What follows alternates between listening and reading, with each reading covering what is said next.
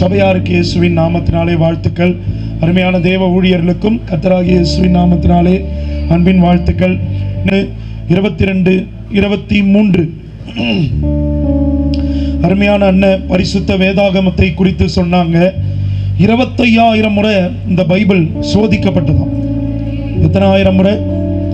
25,000 முறை இந்த வேத புத்தகம், கர்த்தருடைய வார்த்தைன்னு சொல்லப்படுகிற புத்தகத்தில் ஏதாவது பிழைகள் இருக்கா, இல்லை மனிதர்கள் யாராவது எழுதினாங்களா, இல்லை மனிதர்களால் சரித்திரத்திலிருந்து தவறாக ஏதோ ஒரு புனை சுருட்டாக ஏதோ நடக்காத ஒரு காரியத்தை கற்பனையாக எழுதினாங்களான்னு 25,000 முறை சோதித்து பார்த்ததாக அருமையான தேவ ஊழியர் சொன்னாங்க. கர்த்தருக்கு நன்றி. அந்த சத்திய வேத புத்தகம் சரித்திரத்தை அப்படியாகவே பதிவிட்ட வேத புத்தகத்திலிருந்து மத்தேயு 1ஆம் அதிகாரம் 21, 22, 23 அருமையான சகோதரி வாசிக்க கேட்போம். அவள் ஒரு குமாரனை பெறுவாள். மரியாள் ஒரு குமாரனை பெறுவாங்க. அவருக்கு இயேசு என்று பெயரிடுவாயாக. அவருக்கு இயேசு என்று பெயரிடுவாயாக. ஏனென்றால் அவர் தமது ஜனங்களின் பாவங்களை நீக்கி, அவர் தமது ஜனங்களுடைய பாவங்களை நீக்கி அவர்களை ரட்சிப்பார் என்றான். அவர்களை காப்பாற்றுவார் என்றான். ஆமென், ஆமென், ஆமென். இப்போ கொஞ்ச நேரத்துக்கு முன்னாடி நம்முடைய அருமையான வாலிப பிள்ளைகள், சிறு பிள்ளைகள் எல்லாருமே சேர்ந்து ஒரு சின்ன நாடகத்தை அந்த பாடல் வாயிலாக மரியாள் அவர்கள் பட்ட பாடையும், யோசேப்பு என்கிற அவர்களுடைய கணவர் எப்படி அந்த பிள்ளையும் அந்த பிள்ளை தாச்சி அந்த தாயையும் அவர் எப்படி சுமந்தார், எவ்வளவு கஷ்டப்பட்டார் என்பதை அந்த நாடகத்தின் வாயிலாக நம்ம பார்த்தோம். நம்ம எல்லாருக்குமே தெரியும், இந்த உலகம் பூரா டிசம்பர் 25ஆம் தேதி கிறிஸ்மஸ், கிறிஸ்துவினுடைய பிறப்பை நினைவு கூர்ந்து உலகம் பூரா கொண்டாடுறாங்க. ஆனால் தொடக்கத்திலே ஊழியக்காரர் சொன்னது போலதான், டிசம்பர் 25ஆம் தேதி இயேசு பிறக்கவில்லை. அவர் பிறந்த தேதி பதிவிடப்படவில்லை. ஆனால் அவர் பிறந்தார் என்பதற்கு இன்னைக்கும் பூமி எங்கும் எல்லா இடங்களிலும், முக்கியமாய் அவர் பிறந்த இஸ்ரேல் தேசத்தில் அநேக அடையாளங்கள், அவர் சுற்றி திரிந்த இடங்கள், முக்கியமாக சொல்ல போனால் அவரை சிலுவையில் அறைந்த பிறகு 3 நாட்கள் கல்லறையில் வைத்தாங்க. அந்த கல்லறை திறக்கப்பட்டு இன்னைக்கு வரைக்கும் அந்த கல்லறைக்குள்ள இயேசு இல்லை என்பதை அந்த இஸ்ரேல் தேசத்தினுடைய பல இடங்கள் மானுமெண்ட்ஸாக, நினைவு ஏற்படுத்துகிற இடங்களாக வைக்கப்பட்டிருக்கிறது. இயேசு இந்த பூமியில பிறந்தார் என்பது உண்மை. ஆமென், எல்லாரும் ஆமென் சொல்லுங்களேன். எல்லாரும் இந்த பூமியில பிறக்கும் போது எல்லாருக்குமே விருப்பம் இருக்கும். எல்லா பெற்றோர்களுக்குமே ஒரு ஆசை இருக்கும். என் பிள்ளை இன்ஜினியர் ஆகணும், என் பிள்ளை டாக்டர் ஆகணும், என் பிள்ளை படித்து பெரிய போலீஸ் ஆகணும், நர்ஸ் ஆகணும், இன்னும் பலதரப்பட்ட அறிவியல் விஞ்ஞானி ஆகணும்னு ஆசை இருக்கும். ஆனால் ஆண்டவராகிய இயேசு கிறிஸ்து பிறந்தபோது வானத்தையும் பூமியும் படைத்த தெய்வம், அவர் மனித அவதாரம் எடுத்து ஒரு பெண்ணினுடைய வயிற்றில் பிள்ளையாய் 10 மாதம் உருவாகி அந்த பூமிக்கு அவர் கடந்து வந்து 33.5 வருடங்கள் வாழ்ந்து அவருடைய உயிரை கொடுத்து ரத்தம் சிந்தி 3ஆவது நாள் மரித்து உயிரோடு எழுந்தார் என்பதை சரித்திரம் நமக்கு அடையாளம் படுத்துகிறது. அதுதான் சுவிசேஷம். ஆனா இந்த வசனத்துல கர்த்தராகிய இயேசு கிறிஸ்து ஏன் பூமிக்கு வந்தாரு அப்படின்றத ஒரு தேவனுடைய தூதன், ஒரு இறைவனுடைய அடியிலிருந்து, அவருடைய பாதத்திலிருந்து வேலை செய்கிற ஒரு தூதன் சொல்லுகிறாரு. அவள் ஒரு குமாரனை பெறுவாள், அவருக்கு இயேசு என்று பெயரிடுவாயாக. ஏனெனில் அவர் தமது ஜனங்களின் பாவங்களை நீக்கி அவர்களை ரட்சிப்பார் என்றார். ஆமென், எல்லாரும் ஆமென் சொல்லுங்களேன். பாருங்க, நான் தொடக்கத்திலே சொன்னதுதான், இந்த பூமியில ஒவ்வொருவரும் பிறக்கிறப்ப எல்லாருக்குமே ஒரு ஆசை இருக்கும், ஒரு விருப்பம் இருக்கும். ஆனா அந்த ஆசையும் விருப்பமும் நிறைவேறது நல்லதா, இல்லை அவர்கள் பிறந்த நோக்கம் நிறைவேறுவது நல்லதான்னு கேட்டா நம்ம எல்லாருமே என்ன சொல்லுவோம்? என்ன அமைதியா இருக்கிறீங்க?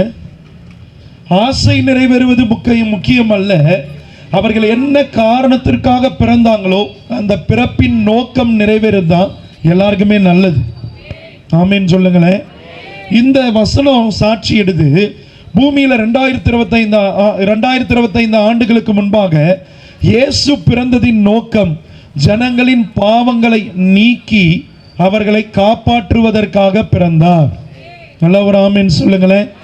நான் மறுபடியும் சொல்லுகிறேன், இந்த கொருக்குப்பேட்டையில் எனக்கு அருமையான தேவ ஜனங்களே, வீடுகளில் உட்கார்ந்தும் இன்னும் வீதியில இருந்தும் கர்த்தருடைய சத்தத்தை கேட்டுக்கொண்டிருக்கிறவர்களே, இன்னைக்கு ஆண்டவர் உங்களையும் என்னையும் பார்த்து சொல்லுகிற ஒரு வார்த்தை, ஆண்டவராகிய இயேசு கிறிஸ்து இந்த பூமியில வந்ததற்கான பிரதான நோக்கம் பாவங்களை நம்மை விட்டு நீக்கி நம்ம எல்லாரையும் காப்பாற்றுவதற்காக தான் இந்த பூமிக்கு வந்தார். ஆமென் சொல்லுவீங்களா? ஒருவேளை உங்களுக்கு சிலர் சொல்லுகிறதை கேட்டிருக்கலாம், இயேசு கிட்ட வந்தா வியாதி சுகமாகும், உண்மைதான். இயேசு கிட்ட வந்தா கடன் பாரங்கள் நீங்கும், உண்மைதான். இயேசு கிட்ட வந்தா போராட்டங்கள் மாறும், பிரிவினை மாறும், உண்மைதான். ஆனா இது எல்லாத்துக்குமே பின்னாடி மறைந்திருந்து செயல்படுகிற ஒரு காரியம் என்னன்னு பாத்தீங்கன்னா பாவம். பாவம். இன்னைக்கு இந்த உலகத்துல பிறந்தவங்க எல்லாருமே நம்மளுடைய வாழ்க்கையில நம்புகிற ஒரு காரியம் பாவ புண்ணியம். அவங்கவங்க வாழ்க்கையை வாழ்ந்து முடிச்ச பிறகு நமக்கு அருமையான இந்து சகோதர சகோதரிகள் இருக்கிறாங்க.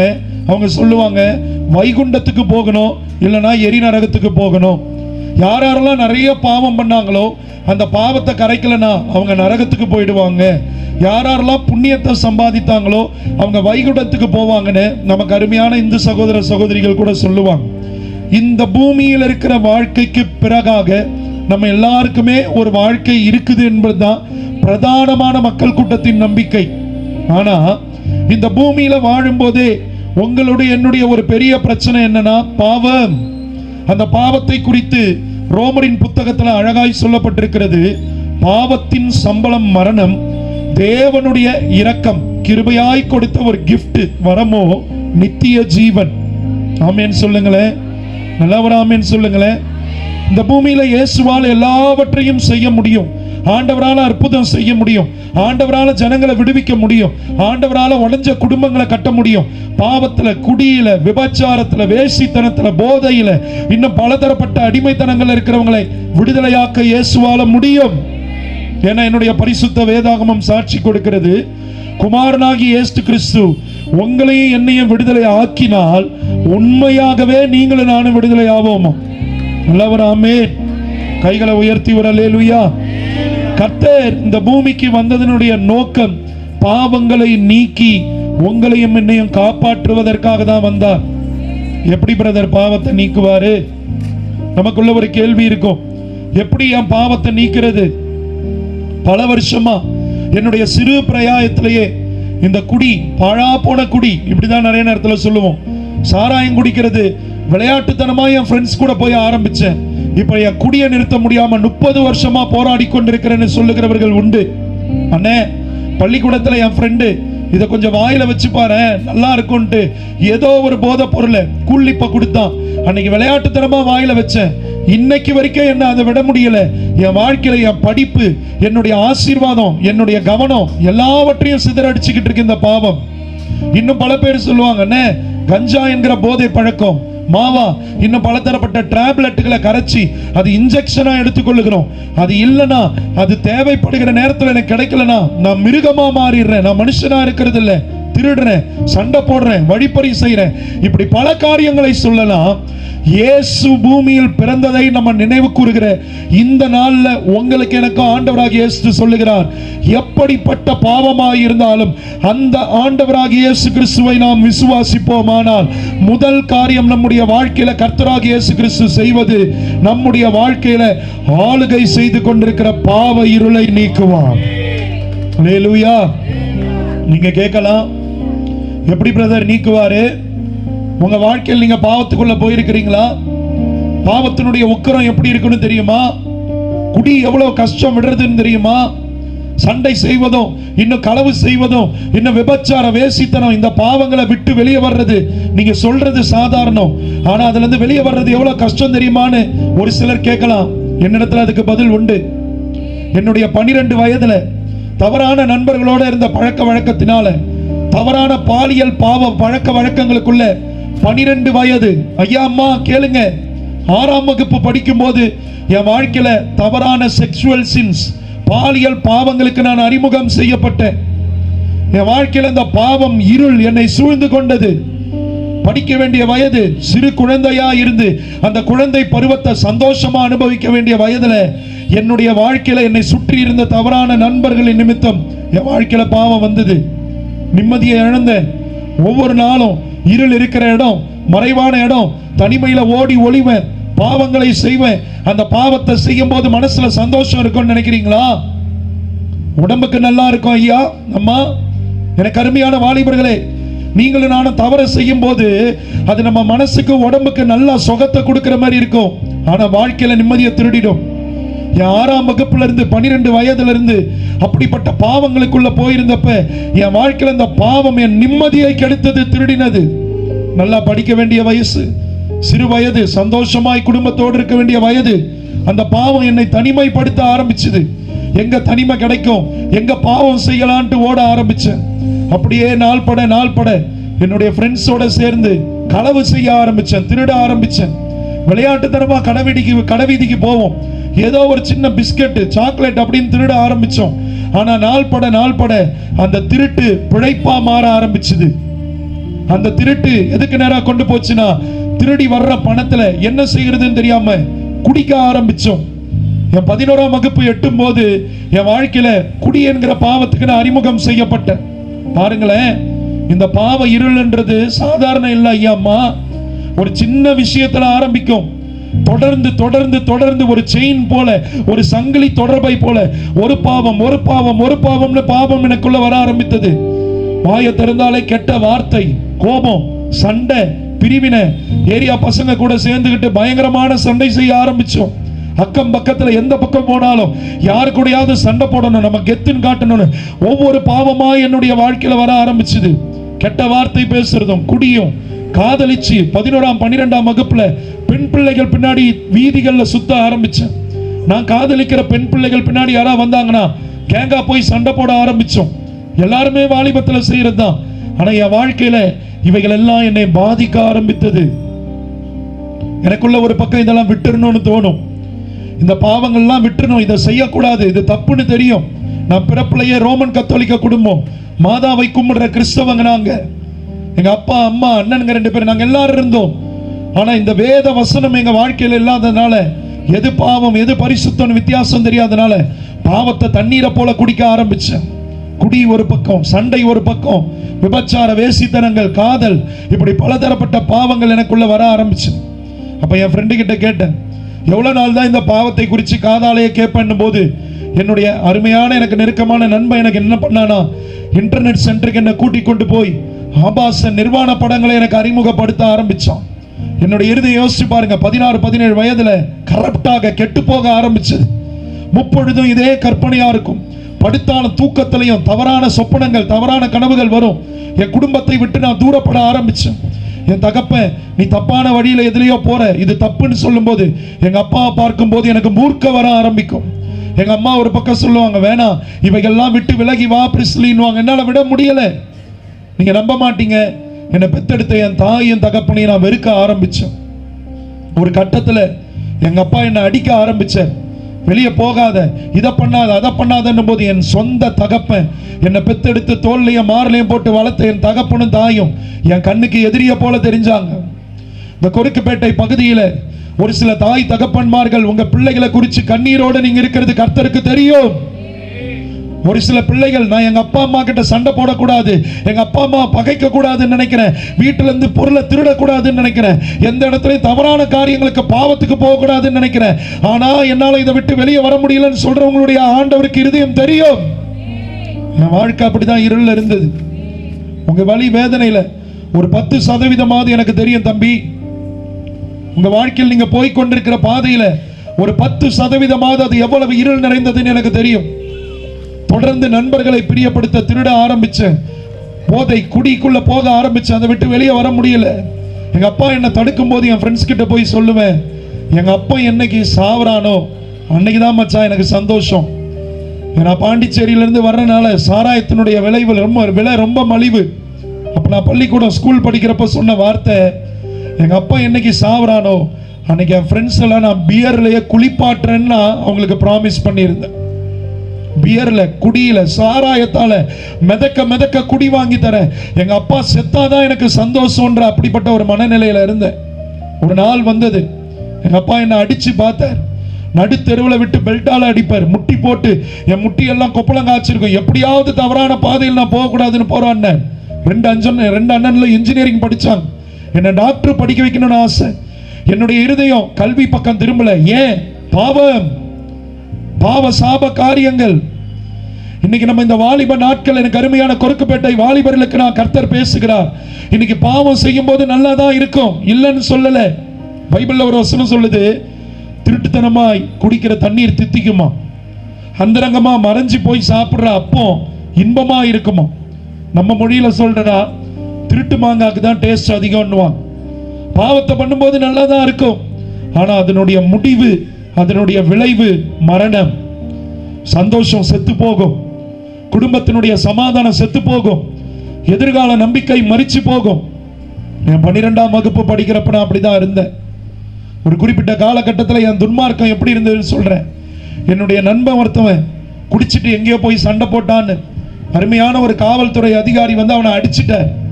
அடிச்சோடனே அவனுக்குள்ள ஒரு மூர்க்கம். ஒரு இரவு அவனை போய் சந்திக்கிற, மழை பெய்யுது, இது போல ஒரு ஓட்டு வீடு, அந்த ஓட்டின் பகுதியில் வந்து, ஏன் இப்படி சோர்வா இருக்கிற, அவன் பேர் சகாயம், இன்னைக்கு இல்லை, செத்து போயிட்டான். நான் என்னன்னு சொல்றேன் இந்த காரியத்தையும், ஏன் சகாயம் ஒரு மாதிரி இருக்க, என்ன ஒன்னும் இல்லைன்னா, நான் உன் ஃப்ரெண்டு தானே, என்கிட்ட நீ சொல்லு, என்கிட்ட சொல்லாம யாருக்கிட்ட சொல்லுவேன்னே, ஒன்னும் இல்லடான்னா. மறுபடியும் அழுத்தி வற்புறுத்தி கேட்டேன், என்ன ஆச்சுன்னு கேட்டப்ப, என்னை ஒரு போலீஸ்காரர் அடிச்சுட்டாரு, அவரை கொலை பண்ண போறேன், என்னோட கூட நீ வருவியான்னு கேட்டான். என்னுடைய நட்பு வட்டம் அவ்வளவு மோசமா இருந்தது ஐயா அம்மா. எனக்கு அருமையான வாலிபனே, என்னுடைய ஃப்ரெண்ட்ஷிப் சர்க்கிள், என்னுடைய நட்பு வட்டம் அப்படிதான் இருந்தது. நான் என்ன தெரியுமா சொன்னேன், உனக்காக வராம வேற யாருக்காக வருவேன். அப்படியே நாட்கள் கடந்து போய்கொண்டே இருந்தது. பாவ இருள், வீட்டுல என்னால நிம்மதி இல்லை, சந்தோஷம் இல்லை. எங்க போனேன் ஏது போனேன்னு வந்து இழுத்து போட்டு அடிப்பாரு எங்க அப்பா. எங்க அப்பா பகச்சிக்கிட்டே இருந்தேன், வெறுப்பு அதிகமாகிட்டே இருந்தது. ஒரு நாள் வந்தது, நான் பள்ளிக்கூடத்துல ஹேண்ட்பால் செலெக்ஷன்ல விளையாடிக்கிட்டு இருந்தப்ப என் ஃப்ரெண்ட்ஸ் ஒரு 4 பேர் ஓடி வந்து சொன்னாங்க, உங்க அப்பா சீரியஸா இருக்கிறாரு, ஓடுன்னாங்க. எங்க அப்பா சீரியஸா, அவருக்கு 2 முறை ஹார்ட் அட்டாக் வந்திருந்தது. 3வது முறை வந்தா அவர் பிழைக்க மாட்டாருன்னாங்க.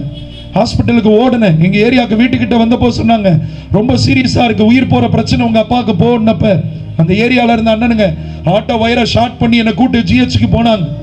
அந்த ஜிஹெச்சுக்கு நான் போறப்ப எங்க அப்பாவுக்கு முதலுதவி செய்து கொண்டிருக்கிறாங்க. என் கண்ணுக்கு முன்னாடி எங்க அப்பாவுடைய பல்ஸ், அவருடைய அந்த உயிர் துடிப்பு அடங்கிறது என் கண்ணுக்கு முன்னாடி அந்த மெஷின்ல பார்த்தேன். எந்த தகப்பனை வெறுத்தனோ, எந்த அப்பா செத்து போயிட்டா எனக்கு சந்தோஷம் நினைச்சனோ, அதே அப்பா என் கண்ணுக்கு முன்னாடி அவர் உயிர் போறதை பார்த்தேன். என்னுடைய இருதயம் வாதிக்க ஆரம்பிச்சது. உன்னாலதான் உன் தகப்பன் செத்தாரு, உங்க அப்பாவுக்கு நீ கொடுத்த டென்ஷன், உங்க அப்பாவுக்கு நீ பண்ண போராட்டம், அவர் செத்து போயிட்டாதான் உனக்கு சந்தோஷம், நீ உங்க அப்பா செத்துட்டாரு உனக்கு சந்தோஷமான எனக்குள்ள ஒரு சத்தம் கேட்க ஆரம்பிச்சது. அப்ப அந்த சத்தம் அதோட விடாம, உங்க அப்பாவை கொன்னது நீதான், நீயும் செத்து போயிடுன்னு தற்கொலை எண்ணமாக எனக்குள்ள மாற ஆரம்பிச்சது. ஐயா அம்மா, இன்னைக்கு வீட்டுக்குள்ள தற்கொலை பண்ணிக்கிறது தான் ஒரே வழி, எங்களுக்கு இதை விட்டா வேற வழி இல்லைன்னு கண்ணீரோடு இருக்கிறீங்களா? அந்த தற்கொலை எண்ணம் என்பது ஒரு பாவம். வேதம் சொல்லுகிறது, கொலை செய்யாதிருப்பாயாக. கொலை என்னும் போது யாரோ ஒருவரை கத்தி எடுத்து குத்துறது மட்டும் கொலை இல்லை, நம்மை நாமே மாய்த்து கொள்ளுவதும் நம்மை நாமே கொல்லுவதும் தற்கொலையும் பாவம் தான். கொலை செய்கிறவர்கள் எரிநரகத்திற்கு பாத்திரவான்கள். தற்கொலை எண்ணத்தை கொண்டு வருவது சாத்தான், பிசாசு, விழுந்து போனவன். எனக்குள்ள அப்படி ஒரு சிந்தை வரும்போது ஓட ஆரம்பிச்சேன். அதை மறக்கணும்னு இன்னும் அதிகமாக குடிக்க ஆரம்பிச்சேன். அந்த குடிக்கிற நேரத்தில் அந்த சிந்தை இருக்காது. ஃப்ரெண்ட்ஸோட போய் ஊர் சுத்துறப்ப, சினிமா தியேட்டரில் உட்கார்றப்ப அந்த சிந்தை இருக்காது. மும்முரமாய் திருடும் போது அந்த சிந்தை வராது. இன்னும் நல்லா எல்லா காரியங்களையும் செய்யும் போது அந்த தற்கொலை எண்ணம் வராது. ஆனால் என்னதான் ஆனாலும் வீட்டுக்கு வந்து தூங்கலான்ட்டு வர்ற நேரத்தில் படுப்பேன், அந்த சத்தம் என் காதில் கேட்க ஆரம்பிச்சு. அதை மறக்கிறதுக்கு இன்னும் குடிக்க ஆரம்பிச்சேன், இன்னும் பாவம் செய்ய ஆரம்பிச்சேன். தொடர்ந்து செய்ய செய்ய இந்த பாவ இருள் என் வாழ்க்கையை இன்னும் ஆழத்துக்குள்ள சேத்துக்குள்ளதான் கொண்டு போச்சு. வேதனை பெருகிச்சு. என்ன பண்றதுன்னு தெரியல. ஓடுறேன், என்னென்னலாம் பாவம் செய்ய முடியுமோ, தொடர்ந்து எவ்வளவு பாவம் செய்ய முடியுமோ செய்து பார்க்கிறேன். எதை செய்தாலும் காதலிச்சு பார்த்தேன், காதல்லையும் எனக்கு சந்தோஷம் நிம்மதி கிடைக்கல. குடிச்சு பார்த்தேன், அதுலயும் ஒரு சமாதானம் கிடைக்கல. என் வாழ்க்கையில இருள் நீங்கல. என்னென்னமோ நான் செய்து பார்த்தேன், எதுலையுமே பதில் கிடைக்கல. எங்க அப்பா மரிச்ச பிறகு எங்க அம்மா பக்கத்துல இப்படி இருக்கிற ஒரு சபையில இருந்து அந்த பாஸ்டர் வந்து எங்க அம்மா கிட்ட பேசி, அந்த பாஸ்டர் அவங்க மனைவி வந்து ஜெபம் பண்ணாங்க. சொன்னாங்க, நீங்க கவலைப்படாதீங்க, உங்களுக்காக நாங்க ஜெபிக்கிறோம், ஏசப்பா உங்களுக்காக இருக்கிறாரு, உங்க துக்கம் சந்தோஷமாய் மாறும்னு சொன்னாங்க.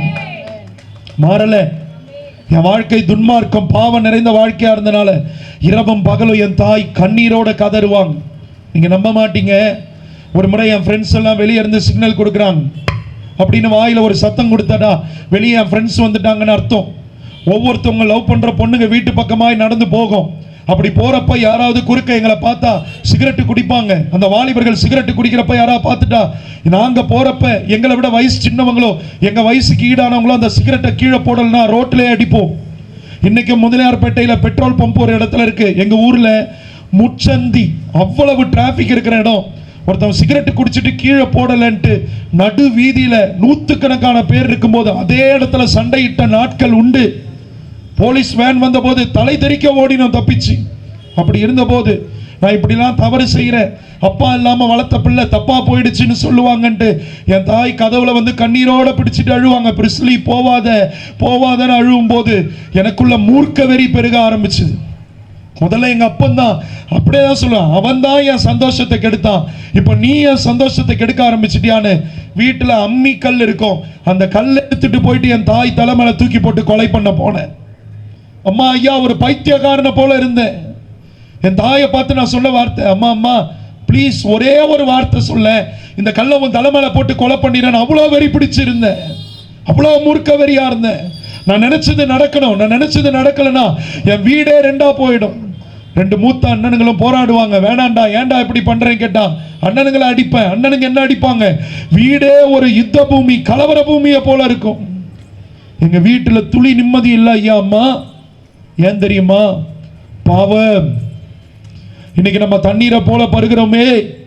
இன்னைக்கு நம்ம கஞ்சா, போதை, மாவா, கூலிப்பு, இன்னும் பலதரப்பட்ட சாராயம், குடி, இப்படி பலதரப்பட்ட விபச்சாரம், வேசித்தனம், இன்னும் மோகம், இது எல்லாத்தையும் நம்ம சந்தோஷமா செய்யறோமே. இது எல்லாமே ஏன் நம்ம வாழ்க்கையில துக்கத்தை கொண்டு வருதுன்னா பாவம். பாவம். என் வாழ்க்கையில் நான் இப்படியே ஓடிக்கொண்டிருந்த போது எங்க அம்மா இரவெல்லாம் உட்காந்து ஜபம் பண்ணுவாங்க. அவங்களுக்கு ஜபம் பண்ண தெரியாது. ஏசப்பா என் பிள்ளைய காப்பாத்துங்க, உங்க பேரு இயேசு தானே, பாவத்தை நீக்கி மனுஷங்களை விடுவிக்கிறதற்காக தானே இந்த பூமியில பிறந்தீங்கன்னு இந்த வசனம் சொல்லுது. பாவங்களை நீக்கி அவர்களை காப்பாற்றுவீங்கன்னு. என் பிள்ளைய காப்பாற்ற மாட்டீங்களா? என் பிள்ளை வாழ்க்கை இருள் நிறைந்த வாழ்க்கையா இருக்கு, என் பிள்ளை இப்படி எவ்வளவு அந்தகாரமா இருளா இருக்கு, இந்த பாவத்திலிருந்து விடுதலை தர மாட்டீங்களான்னு இரவும் பகலும் எங்க அம்மா அழுவாங்க, இரவும் பகலும் கதறுவாங்க. என் நிமித்தம் எங்க வீட்டுக்குள்ள சமாதானம் இல்லை. ஒரே ஒரு காரியத்தை சொல்றேன், ஐயா அம்மா வீட்டுக்குள்ள நிம்மதி இல்லை, நிம்மதி இல்லைன்னு எங்கெங்கயோ தேடி ஓடுறோமே. நீங்களும் நானும் தேடுகிற நிம்மதியை இயேசு ஒருவரால் தான் கொடுக்க முடியும். நான் சாட்சி. என் வீட்டுக்குள்ள நிம்மதி இருக்காது. நான் காலேஜ் விட்டு நான் மன்னிக்கணும், ஸ்கூல் விட்டு வந்தாலே, நான் இரவுல வீட்டுக்குள்ள வந்தாலே எங்க அம்மா நடுக்கத்தோடு இருப்பாங்க, பயந்து கொண்டு இருப்பாங்க. என்ன பண்ணுவேன் ஏது பண்ணுவேன்னு தெரியாது.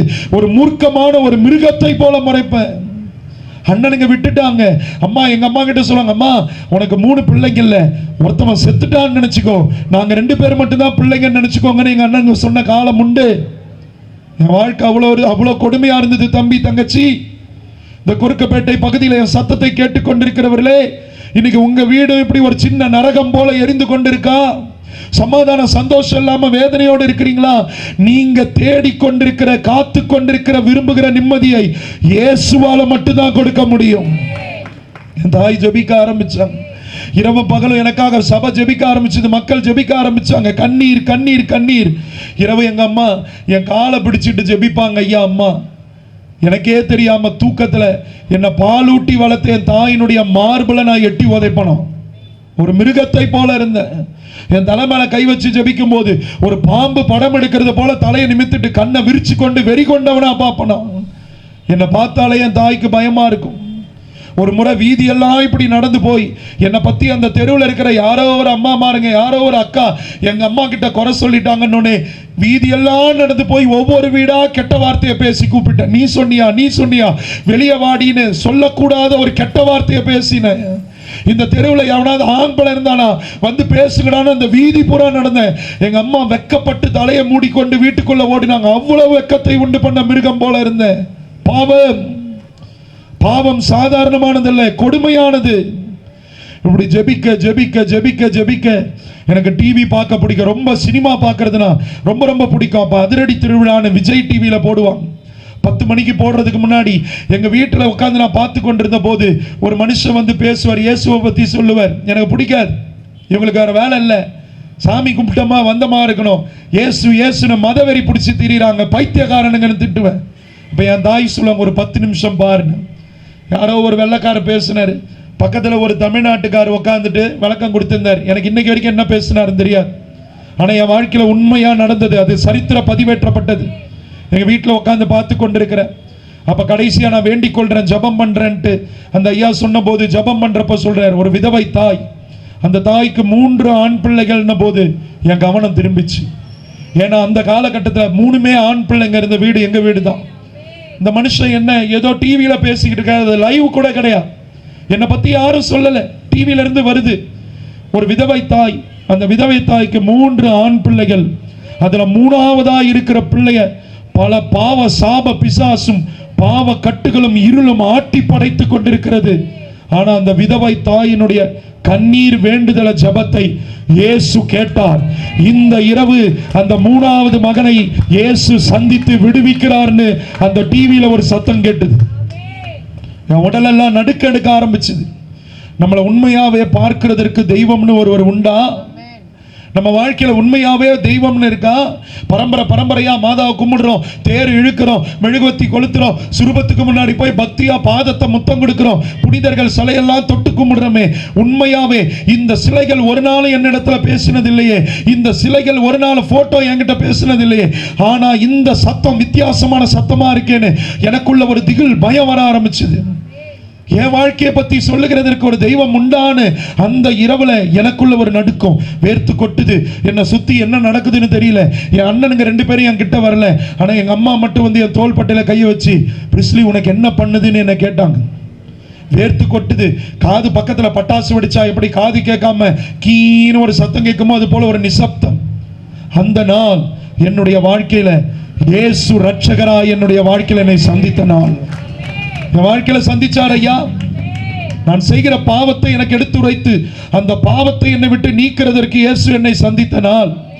எனக்குள்ள உண்மையாவே முதல் முறை, ஐயா அம்மா, எனக்கு அருமையான, எனக்கு அன்பான கொருக்குப்பேட்டை பகுதி மக்களே, உங்களுக்கு நான் சொல்றேன், உண்மையாவே தெய்வம்னு ஒருவர் இருக்கிறார்னா என்னோடு பேசினார் இயேசு என்பதை அன்னைக்கு நான் உறுதிப்படுத்தி கொண்டேன்.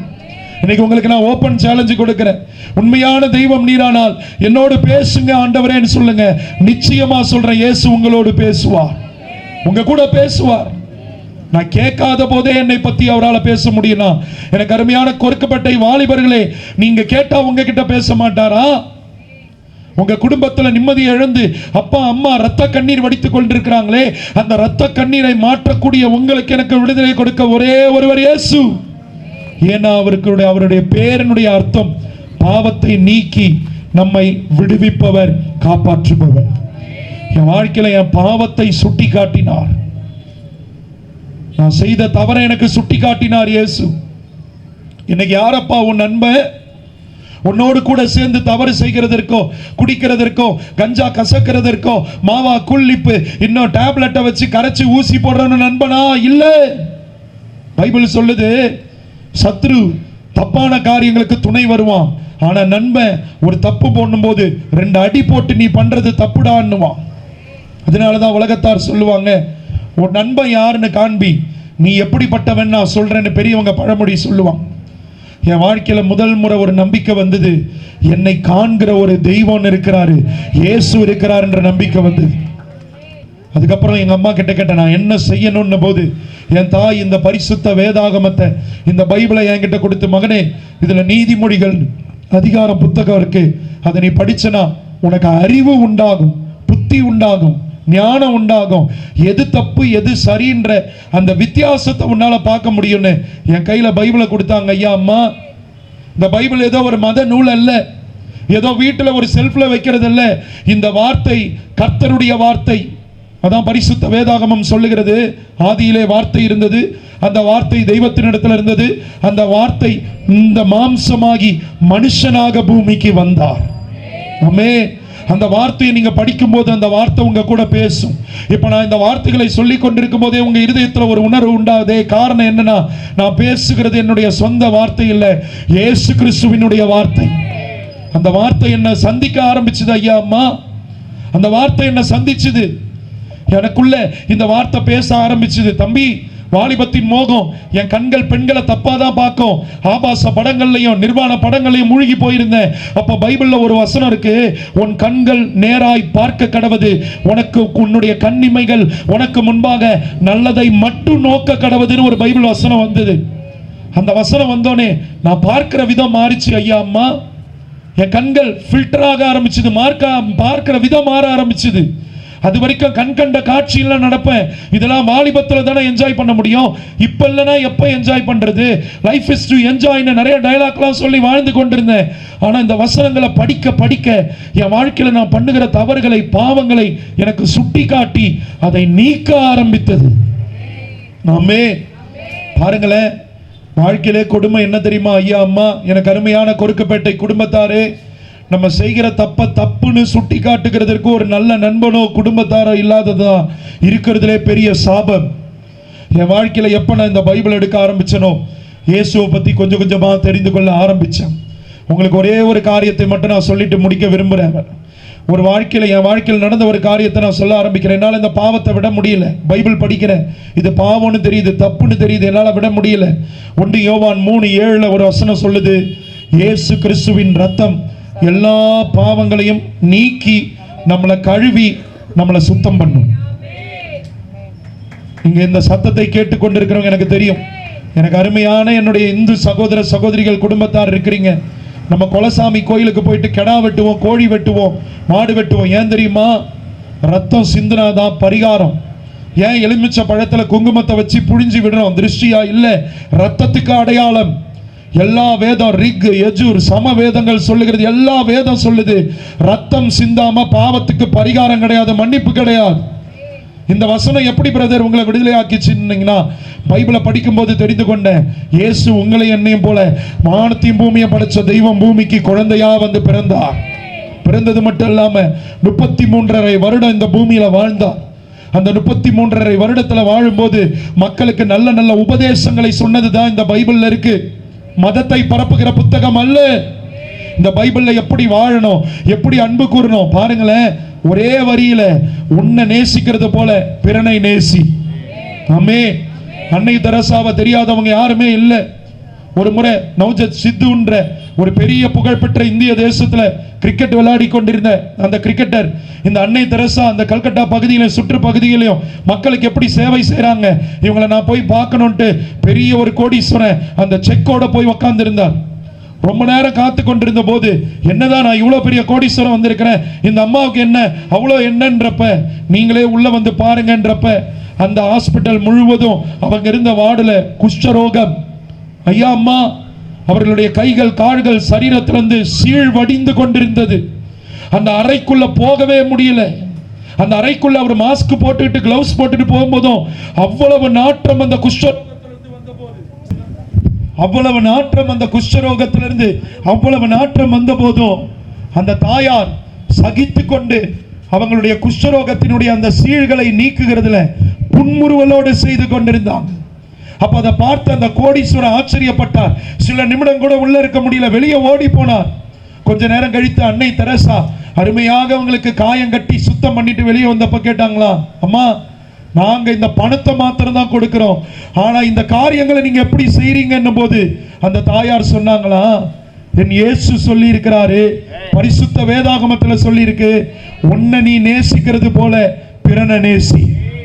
உனக்கு ஒரு சீழ்வடிகிற காயம் இருந்தா எப்படி நீ பக்குவமாய் துடைத்து காயம் கட்டி மருந்து போடுவியோ, அது போல இந்த குஷ்டரோகத்துல பாதிக்கப்பட்டு குடும்பத்தாரால சமுதாயத்தால ஒதுக்கப்பட்டிருக்கிறவங்க தொட்டாலே இந்த குஷ்டரோகம் பரவுன்றவங்களுக்கு யார் இவர்கள் மீது அன்பு கூறுவார்? அந்த அன்பின் நிமித்தம் தான் அந்த தாயார் அவர்களுக்கு சேவை செய்தார்கள். இதுதான் இந்த பரிசுத்த வேதாகமத்தில் சொல்லப்பட்ட இயேசு கிறிஸ்துவின் அன்பு. இன்னைக்கு ஒரே ஒரு காரியத்தை சொல்லுகிறேன். இந்த பரிசுத்த வேதம் சொல்லுது, என் வாலிபர்கள் நீங்க சொல்லலாம், அண்ணே எனக்கு தெரியுது இந்த குடி, விபச்சாரம், வேசித்தனம், போதை, மாவா, கஞ்சா, கூலிப்பு, மாத்திரை, இன்ஜெக்ஷனு, இது எல்லாமே தப்புன்னு தெரியுது, என்னால விட முடியலன்னு, விபச்சார பாவத்தை என்னால விட முடியலன்னு கேட்கலாம். வசனம் சொல்லுது, இயேசு கிறிஸ்துவின் ரத்தம் சகல பாவங்களை நீக்கி நம்மை சுத்திகரிக்கும். 33.5 வருடம் நல்ல போதனையை மட்டும் கொடுக்கல, நமக்காக அடிக்கப்பட்டு ரத்தம் சிந்தி கடைசி சொட்டு ரத்தம் வரைக்கும் சிலுவையில சிந்தி முடித்தார். எனக்கு என்னுடைய அருமையான சகோதரர்கள் சிலர் கேட்பாங்க, உன் இயேசுவால 3 ஆணியை பிடுங்கி போட்டு அந்த ஆளால ஒன்னத்தையுமே தப்பிக்க முடியல, உன் இயேசுவை போய் முதல்ல அவரை காப்பாற்ற சொல்லுன்னு. உங்களுக்கு நான் ஒரே ஒரு காரியம் சொல்றேன், இயேசு அந்த சிலுவையில் நினைச்சிருந்தா கோடா கோடி தூதர்களை அனுப்பி அழித்திருக்கலாம். பைபிள்ல சொல்லுது, ஒரே ஒரு தூதன் வந்தப்ப 75,000 பேர் சங்கரிக்கப்பட்டார்கள், அழிக்கப்பட்டார்கள். 1 கோடி தூதர்கள் இறங்கியிருந்தா பூமியே தரமட்டமா இருக்கும். ஆனா கர்த்தருடைய திட்டம் கோடி ரத்தமோ ஆட்டு ரத்தமோ மாட்டு ரத்தமோ இல்லை, என்னுடைய ரத்தத்தை நான் சிந்துறேன். இயேசு பூமியில ரத்தத்தை சிந்தினார். அதுதான் வசனம் சொல்லுது. அவரை நம்புறாங்க பாருங்க, இந்த இயேசுவால என் பாவத்தை கழுவ முடியும், இந்த இயேசப்பா எனக்காக தான் ரத்தம் சிந்தினார்னு. எனக்கு அருமையான கொருக்குப்பேட்டை வாலிபனே, இந்த சத்தத்தை கேட்டுக்கொண்டிருக்கிற ஐயா அம்மா, பாவம் சாபம் எங்க குடும்பத்தில் தலைவிரிச்சு ஆடுது. முன்னொரு சாபமானு தெரியல, தொடர்ந்து விவாகரத்து நடக்குது, தொடர்ந்து இந்த வியாதி வந்து கொண்டிருக்கு, தொடர்ந்து விதவைகளா இருக்கிறாங்க. இதெல்லாம் சாபத்தின் அடையாளம். வசனம் சொல்லுது, இயேசு நமக்காக சிலுவையில பாவமானார், நம்முடைய சாபங்களை சிலுவையில் சுமந்தார். இந்த இயேசு எதற்கு சிலுவைக்கு போனார்? எல்லாரும் ராஜா ஆள்றவங்கன்றப்ப ஏன் கட்டுப்பாட்டில் நீ வான்னுவாங்க. ஆனா இயேசு ஒரு அடிமையின் கோலம் எடுத்து 33.5 வருடம் அநேகரை சுகப்படுத்தினார், விடுதலையாக்கினார், செத்து போனவங்களை உயிரோடு எழுப்பினார், எவ்வளவோ நன்மைகளை செய்தார். இவை எல்லாவற்றையும் செய்துட்டு கடைசியா தன்னுடைய உயிரை கொடுத்தார். உங்களுக்குள்ள ஒரு கேள்வி வரும், அப்படின்னா நான் செத்து போன ஒரு சாமியை வணங்குறேனா? இல்லை. அவர் சொன்னார், நான் மரிச்சு 3ஆவது நாள் நான் உயிரோடு எழும்புவேன்னாரு. சொன்ன வார்த்தையின்படியே 3ஆவது நாள் உயிரோடு எழுந்தார். இன்னைக்கும் சரித்திரம் இருக்கு, இஸ்ரவேல் தேசத்துல இயேசு வைக்கப்பட்ட கல்லறை வெறுமையாய் திறந்திருக்கிறது. என் இயேசு செத்து போன ஏதோ ஒரு மனுஷன் அல்ல, மரித்தேன், இதோ சதா காலமும் உயிரோடு இருக்கிறேன்னு இன்னைக்கும் வாழ்ந்து கொண்டிருக்கிற துவக்கமும் முடிவும் இல்லாத தெய்வம் இயேசு. நான் என்ன பிரதர் செய்யணும்? அந்த இயேசு புறப்பட்டு போறப்ப சொன்னாரு, இயேசு கிறிஸ்துவ ஆகிய நம்முடைய ஆண்டவர் பிதா குமாரன் பரிசுத்த ஆவியின் நாமத்தினாலே மூழ்கி தண்ணீர்ல ஞானஸ்நானம் எடுத்து நம்முடைய பாவங்கள், ஏசப்பா நான் இந்த தப்பை பண்ணிட்டேன், என்னை மன்னிச்சிருங்க, உமக்கும் பரத்துக்கும் விரோதமான இந்த பாவம் பண்ணியிருக்கிறேன், நான் சொல்லியிருக்கிறேன் ஏசப்பா இந்த தப்பை பண்ணிட்டேன், கண்ணால் இந்த தப்பை பண்ணிட்டேன், கை நீட்டி அடிச்சிருக்கிறேன், திருட்டுத்தனமான காரியங்களை செய்திருக்கிறேன், என்ன மன்னிங்க, உங்க ரத்தத்தால கழுவுங்க, சிலுவையில் எனக்காக தான் ரத்தம் சிந்திரீங்க நான் சொல்லும்போது என்னுடைய வாழ்க்கையில் அந்த பாவம் நீக்கப்பட்டது.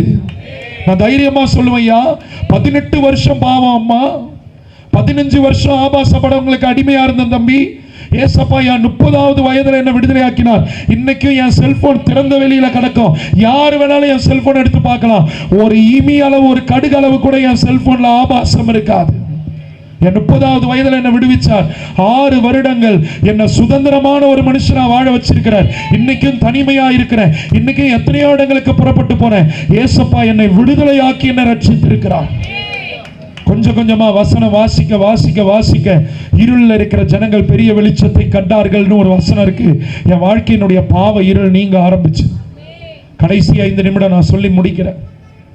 நாங்க என்ன பண்ணும் பிரதர் நீங்க கேட்கலாம். ரொம்ப எளிமையான ஒரு ரகசியத்தை சொல்றேன். கரண்ட் போயிடுச்சுன்னா வீட்டுக்குள்ள இருட்டு இருக்கும். கத்தி, கட்டை, கல்லு, இன்னும் பலதரப்பட்ட ஆயுதங்களை எடுத்துன்னு போய் இருட்டை யாராவது விரட்ட முடியுமா? சொல்லுங்க. இருட்டை விரட்ட முடியாது. ஆனா ஒரே ஒரு சின்ன தீக்குச்சியோ, ஒரு சின்ன செல்போன்ல இருக்க டார்ச்சையோ நம்ம ஆன் பண்ணிட்டோம்னா அடுத்த நொடி இருள் நீங்கிடும். உங்களுக்கு நான் ஒண்ணு மட்டும் சொல்றேன், என் வாழ்க்கையில இருள்ல மட்டுமே உட்கார்ந்து வாழ்ந்து கொண்டிருந்தேன். ஏசப்பா என் வாழ்க்கையில வாங்க, நான் செய்த இந்த பாவங்களுக்காக தான் நீங்க பரிகார பலியா சிலுவையில் அடிக்கப்பட்டீங்க, என் பாவத்துக்காக தான் ரத்தம் சிந்தி உயிரை கொடுத்தீங்க. நான் நம்புறேன். இந்த பாவங்களெல்லாம் மறைக்காம உங்ககிட்ட நான் சொல்றேன், ஏசப்பா என் பாவத்தை மன்னிச்சு எனக்கு விடுதலையை தாங்க நான் உண்மையா கூப்பிட்டேன். ஏசப்பா என் வாழ்க்கையில என் பாவத்தை நீக்கி என்னை காப்பாற்றினார். என்னால தைரியமா சொல்ல முடியும். எங்க வீட்டில் எங்க அம்மாவுக்கு 3 ஆண் பிள்ளைகள், பெரிய அண்ணன் பிசினஸ் பண்றாங்க, சின்ன குடும்பமாய் அமெரிக்கா தேசத்துல படிச்சு முடிச்சு அவங்க வேலையில இருக்கிறாங்க, நான் ஊழியத்துல இருக்கிறேன். இன்னைக்கும் போய் எங்க அம்மா கிட்ட இப்போ நான் போன் அடிச்சு கொடுக்குறேன், எந்த பிள்ளை கூட நீங்க வாழ விரும்புறீங்கன்னு எங்க அம்மா கிட்ட கேட்டீங்கன்னா, எந்த பிள்ளை கள்ள தூக்கி போட்டு என் அம்மாவை நான் கொலை பண்ண போனனோ என் கூட தான் சாகிற வரைக்கும் எங்க அம்மா வாழ்வேன்னு சொல்றாங்க. எனக்கு அருமையான கொருக்குப்பேட்டை பகுதியில் இருக்கிற தாய்மார்களே, தகப்பன்மார்களே, என் வாழ்க்கையை இயேசு மாத்தினது உண்மைனா உங்க பிள்ளை வாழ்க்கையை இயேசு மாத்துவார். உங்கள் கணவன் மனைவி வாழ்க்கையை இயேசு மாத்துவார். இயேசு கிட்ட விடுதலை தருகிற அந்த வல்லமை உண்டு. எது தடுத்து கொண்டிருக்கு? ஜாதியா, மதமா, இனமா, என்ன குலப்பெருமையா? இவை எல்லாவற்றையும் தூக்கி எறிஞ்சிட்டு, எங்க பாரம்பரியங்களை தூக்கி எறிஞ்சிட்டு ஏசப்பாவை தேடினோம். இன்னைக்கு நாங்க ஆசீர்வதிக்கப்பட்டு இருக்கிறோம். பெரிய கோடீஸ்வரனா பிரதர்? கோடி கோடியா கொட்டிடுச்சா? இயேசு கிட்ட வந்தா வெளிநாட்டு பணம் வரும். எனக்கு ஒரு மண்ணும் வரல. இன்னைக்கு சொல்றேன், வாடகை வீட்டில் தான் வாழ்ந்து கொண்டிருக்கிறேன். ஆனா யாருக்கிட்டையும் போய் இந்த மாசம் வாடகை கொடுக்கணும், ஒரு 1000 கொடு 2000 கொடு கையேந்த விடல. ஐயா அம்மா, எனக்கு என்ன தேவையோ என்ன ஆசீர்வச்சிருக்கிறாரு. 2023 எனக்கு கல்யாணம் ஆச்சு. 3 வருஷத்துல 2 அழகான பெண் பிள்ளைகளை குழந்தைகளை கர்த்தர் எனக்கு கொடுத்தாரு. நான் வாழ்ந்த பாவ வாழ்க்கைக்கு என் மனைவி வயிற்றுல பூச்சி போட்டு கூட உண்டாகாத அளவுக்கு நான் பாவத்துல உழுதி போயிருந்தேன். ஆனா திருமணமான அதே வருஷத்துல ஏசப்பா எனக்கு பிள்ளைய கொடுத்தார். இப்பொழுது சொல்றேன், நான் சொல்லி முடிக்கிறேன். நீங்க சொல்லலாம், நான் ரொம்ப பாவ ஆழத்துக்கு போயிட்டேனே, இதுக்கு மேல வெளியே வர முடியாது. இல்ல, மனுஷரால் கூடாதவை தேவனால் இயேசுவால் கூடும். ஒன்னே ஒண்ணுதான், ஏசப்பான்னு நீங்க இருக்கிற இடத்துல அவரை நம்பி உண்மையா நீங்க கூப்பிட்டு பாருங்க. இந்த நேரத்துல ஏசப்பா உங்க வீட்டுக்கு வந்து உங்களை விடுவிப்பார்.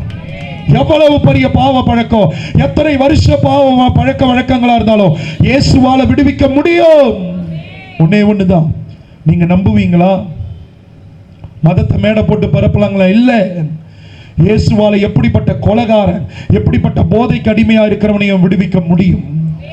இன்னைக்கு இந்த இயேசு ஒரே ஒரு வார்த்தை தான் சொல்லுகிறார், இதோ வாசற்படியில் நின்று தட்டுகிறேன், ஒருவன் என் சத்தத்தை கேட்டு தன் இருதய கதவை திறந்தால் நான் அவனுக்குள்ள வந்து தங்கி இருப்பேன், அவன் என்னுடைய வீடாக இருப்பாங்க, நான் அவங்களை விடுவிச்சு நடத்துவேன் என்றார்.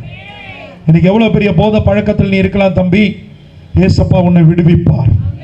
இயேசுவால உன்னை விடுவிக்க முடியும், இயேசுவால காப்பாற்ற முடியும். நீங்க நினைக்கலாம், இயேசு என்ன நான் தான் ராஜா என்ன பின்பற்றி? இல்ல, சாகிறதற்காக பிறந்தவர் தான் இயேசு. எல்லாரும் வாழ பிறப்பாங்க. ஆனா இயேசு பிறந்தப்பயே அவங்க சொன்ன வார்த்தை, அடிக்கப்பட்டுகிற ஆட்டுக்குட்டி, உலகத்து மனுஷர்களுடைய பாவத்தை சுமந்து தீர்த்த தேவ ஆட்டுக்குட்டி என்பது அவருடைய பெயர். இன்னைக்கு உங்க இருதயத்துல நம்புவீங்களா? நான் என்னென்ன பண்ணணும் தம்பி? நீ சொல்றது போது என் பிள்ளைகளை குறித்து எனக்கு ஒரு நம்பிக்கை இருக்கு. நான் தற்கொலை பண்ணிக்கிட்டு நான் மறிக்க போறதில்லை, நான் இயேசுப்பாவுக்காக வாழ்வேன். நான் என்ன பண்ணணும்னு கேட்டீங்கன்னா, ஒரே ஒரு ஜபத்தை இப்ப நான் சொல்ல போறேன். அந்த ஜபத்தை நீங்க என் கூட சொன்னா போதும், இயேசுவை நம்பினா போதும். இங்க தான் நம்முடைய சபை இருக்குது, இங்க நீங்க வரலாம், நீங்க கேட்கலாம். இதை மட்டும் நான் சொல்லி முடிக்கிறேன். உங்க சபைக்கு வர்ற கிறிஸ்தவங்களே இன்னும் ஒழுங்கு இல்லை, போய் அவங்கள மாத்து நீங்க சொல்லலாம். நான் ஒன்னே ஒன்று மட்டும் சொல்றேன், இந்த சபை ஒரு ஹாஸ்பிட்டல், ஒரு மருத்துவமனை. இங்க மன நோயாளிகள் உண்டு, இங்க இன்னும் பாவ நோயாளிகள் உண்டு. அவங்க எல்லாரும் குணப்பட்டுருவாங்க. எங்களை பார்க்காதீங்க, கிறிஸ்தவங்களை பார்க்காதீங்க, இயேசு கிறிஸ்துவை பாருங்க, உங்க வாழ்க்கை மாறும். இதே காரணம் சொல்லிக்கிட்டும் இருக்க மாட்டோம். இந்த 2026வது வருஷத்துல இந்த கொருக்குப்பேட்டை பகுதி மக்கள் சபைக்கு வர்றவங்களுடைய வாழ்க்கை மாறினதை நீங்க பார்ப்பீங்க. ஆமே, நிச்சயமா இவங்க வாழ்க்கை, எங்க வாழ்க்கை மாறும். எங்களை பார்க்காதீங்க, உங்களுக்காக பிறந்த இயேசுவை பாருங்க, உங்க வாழ்க்கை மாறும். கடைசியாய் ஒரு ஜெபம் செய்ய போகிறோம். நீங்க எங்க இருந்தாலும் சரி, தம்பி நீ வெக்கப்பட வேணாம், தங்கச்சி வெக்கப்பட வேணாம், எனக்கு அருமையான குடும்பத்தார், நீங்க யாரும் சோர்ந்து போக வேணாம். உங்க துக்கம் சந்தோஷமா மாறும். இயேசு பிறந்த இடத்துல பொன் வந்தது, வெள்ளை போலம் வந்தது, ஆண்டவரை மகிமைப்படுத்துகிற தூப வர்க்கங்கள் வந்தது, அவங்க நாற்றமெல்லாம் மாறி வாசனை வந்தது. அவங்க வாழ்க்கையில ஏசப்பா மரிக்கிறதுக்கு அடையாளமா வெள்ளை போல வந்தது. அவங்களுடைய தேவைகள் சந்திக்கப்படுறதுக்கு அடையாளமாய் தங்கத்தை கொண்டு வந்து படைத்தார்கள். உங்க வாழ்க்கையினுடைய துக்கம் மாறும், பாவ இருள் நீங்கும், சமாதானம் உண்டாகும். இயேசு உங்களுக்கு சமாதானத்தை கொடுப்பார். என் வாழ்க்கை மாறிச்சு ஐயா அம்மா, இன்னைக்கு நான் சொல்றேன், என் வாழ்க்கை மாறிச்சு. அதே பாண்டிச்சேரியில பெரியார் நகர்ல இருந்த, இன்னைக்கு என்னோடு இருந்தவங்க 8 பேர்கிட்ட செத்து போயிருக்காங்க. என்னோடு கூட கொலை செய்ய வருவியான்னு கேட்ட சகாயம் குடிச்சே இறந்துட்டான். அவன் கடைசியா அவனை குடியில இருக்கிறப்ப கண்ணீரோட போய் நின்ன.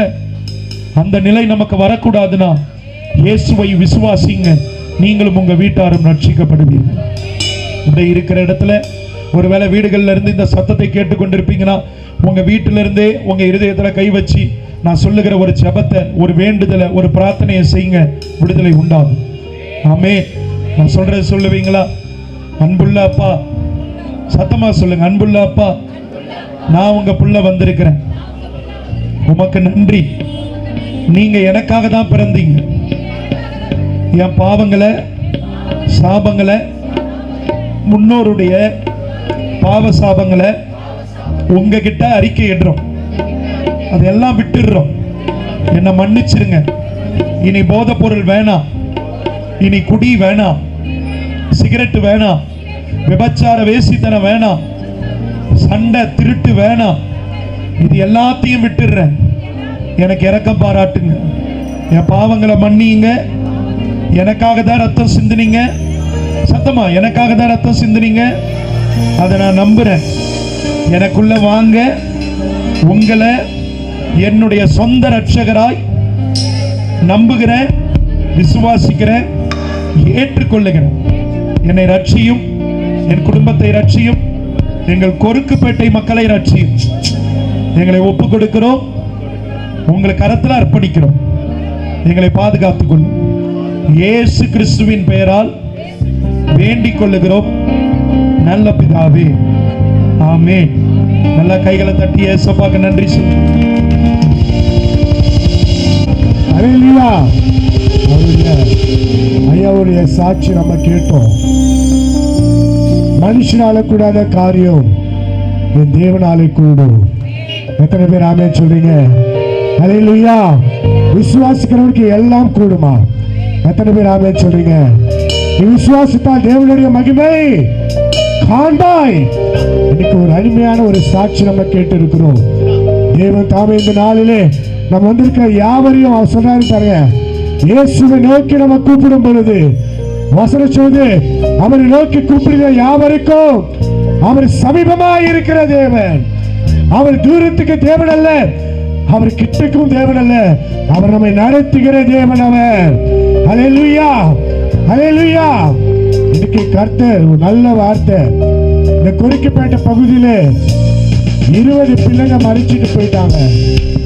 அது நினைக்கும் போது எனக்கு ரொம்ப மனசு கஷ்டம். இனிமேல நம்மளுடைய தேசத்துல, நம்ம பட்டணத்துல இப்படிப்பட்ட ஒரு காரியத்தை நடக்கக்கூடாதுன்னு சொல்லி நாங்க பாண்டிச்சேரியில இருந்து ஐயாவை நாங்க வர வச்சிருந்தோம். அவருக்காக ஒரு நிமிடம் நம் கரங்களை தட்டி தேவத்தை மகிமைப்படுத்துவோம். ஹல்லேலூயா. கேட்டீங்களா சாட்சி?